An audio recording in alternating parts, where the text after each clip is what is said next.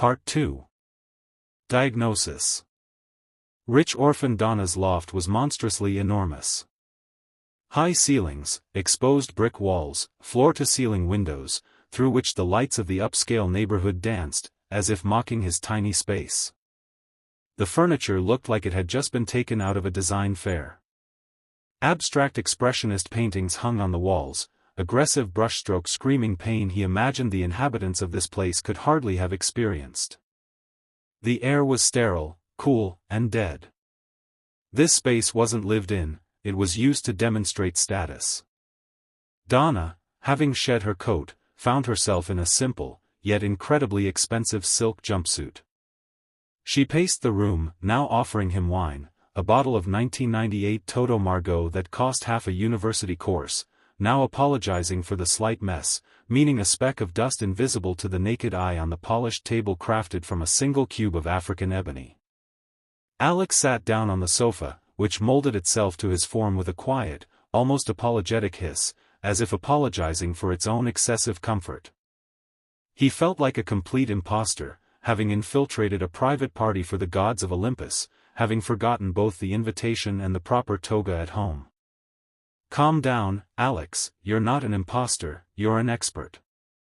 True, an expert without a diploma, an office, or the slightest clue what to do next. But with a desperate need for money and an empty bank account.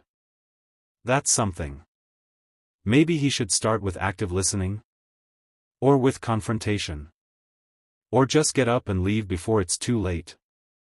Let's start from the beginning, he said in a neutral, almost professional voice, the same tone he'd heard from his professors. Tell me about your relationship with Tom. Just the facts, no judgment. It worked like a key unlocking the floodgates. Donna began to flow again.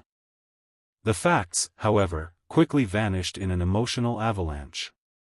Tom is handsome, smart, from a good family, his father approves, the wedding is planned for the spring in Nice. But he's become as indifferent and cold as an iceberg. He talks to her like she's a cute but slightly annoying dog. He doesn't remember how much she loves coffee with cinnamon and whipped cream, but no sugar. He cancelled their trip to Venice because of urgent matters, and then she saw him on Instagram in Milan with friends at a villa party where everyone was drinking Met. I told him it was unacceptable, her voice shrieked again, echoing off the bare brick walls. And he looked at me with that icy stare of his and said, Donna, calm down. You're getting worked up over nothing again. Take the pill the doctor prescribed. Alex's inner voice immediately commented, classic. Emotional unavailability plus gaslighting, packaged expensively. Straight out of the Toxic Relationships for Dummies textbook. Cost. $300 an hour, minimum. If, of course, I decide to take the money and not just run away screaming from this freak show. But watching her, her gestures, the way she wrung her perfectly manicured fingers, Alex began to see more than just a spoiled heiress. He saw a deeply lonely, confused person. Her cage was luxurious, but no less real for that. Her value was determined solely by her compliance with the expectations of her father and future husband. Her feelings were nothing more than an annoying glitch in the well-oiled family financial system. Her hysterics, the only language she could use to scream. I'm here, I'm alive, notice me, hear me. By the end of the second hour and the second bottle of wine, which Alex had barely sipped, realizing that losing his head here was absolutely unacceptable, he had formulated a preliminary diagnosis. Rich orphan symptom complex. Objectively, she had everything, money, status, beauty. Subjectively, nothing.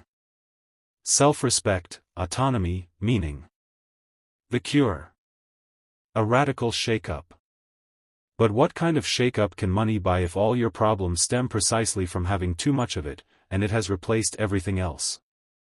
He left after dark, politely but firmly refusing the money in advance. He said he needed to process what he'd heard, to analyze it. As they parted, Donna, noticeably calmer from the fact that he'd listened to her for 2 hours without interruptions or stupid advice like go to the seaside or do some charity work, slipped a few bills tightly rolled into a tube into his jacket pocket. "Taxi," she said, and a hint of that same schoolgirl arrogance flickered briefly in her eyes, as if reminding him she'd paid. So he was a hired hand. The boundaries had been set by her, clearly and unconditionally. Outside, in the cold March rain, which seemed to be falling specifically to cool his face, heated by mental activity, Alex unrolled the money, 300-ruble bills, for 2 hours of attention. He chuckled, the steam from his breath mixing with the rain. "Well, Alex, congratulations, you've officially joined the Guild of Ear Prostitutes for Rich Hysterics. A career not mentioned in college admissions handbooks has begun. The check for $300 has arrived. The emotional damage has yet to be assessed. An old grudge has been partially avenged, partially monetized. Let's move on." Those $300, warm from her hands, smelling of her perfume, saved him for a week. He paid his electricity bill, bought himself a decent meal, and even treated himself to a pair of new, warm socks. The fee was a small, bittersweet victory, but it was a victory nonetheless.